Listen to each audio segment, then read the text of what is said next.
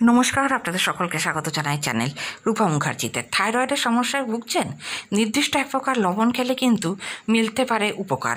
তার সাথে আর কি খেতে পারেন আজকে আমরা সেটাই জেনে নেব। থাইরয়েডের গ্রন্থি যদি ঠিকমতো কাজ না করে তাহলে শরীরে ক্লান্তি দেখা দেবে, মেজাজ খারাপ হবে, এমনকি ওজনে হেরফেরের দেখা দেবে। সেক্ষেত্রে চিকিৎসার পাশাপাশি খাদ্যাভ্যাসেও বদল আনা জরুরি।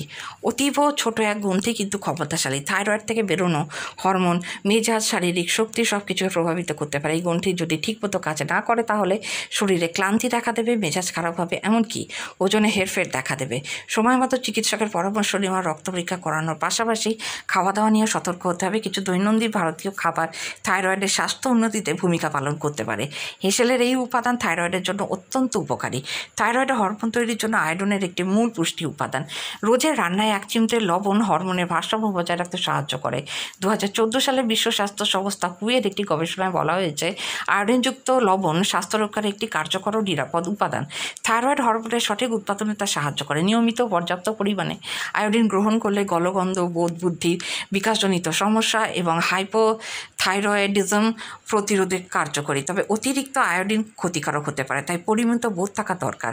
এছাড়া সামুদ্রিক মাছ, ডিম, দুগ্ধজাত খাবারও পরামর্শ দেওয়া হয়েছে। সজনে ডাঁটায় প্রচুর পরিমাণে জিঙ্ক এবং অ্যান্টিঅক্সিডেন্ট থাকে, যা থাইরয়েডের স্বাস্থ্য ভালো রাখে, শরীরে প্রদাহ কমাতেও সাহায্য করে। ডাঁটা ছাড়াও সজনে পাতা এবং ফুলও উপকারী। রোগ প্রতিরোধের ক্ষমতা থাকলে এই সবজি সুপারিশ করা হয়। এটি মৃদুভাবে রক্ত সঞ্চালন বাড়ায় এবং পুষ্টির ক্ষমতা উন্নত করে। নারকেল, করোনা হোক বা তেল, যে কোনো রূপেই নারকেল থাইরয়েডের জন্য উপকারী। এই স্বাস্থ্যকর ফ্যাট হরমোনের কার্যকারিতা বৃদ্ধি করে এবং শক্তিও বাড়ায়। থাইরয়েডের গ্রন্থি যদি অচল হয়ে পড়ে তার জন্য ভার্জিন অয়েল খুব ভালো, কারণ এতে বিপাকার উন্নত হয় এবং ক্লান্তি কমে, যেগুলি থাইরয়েডের সমস্যায় বেশি দেখা দেয়।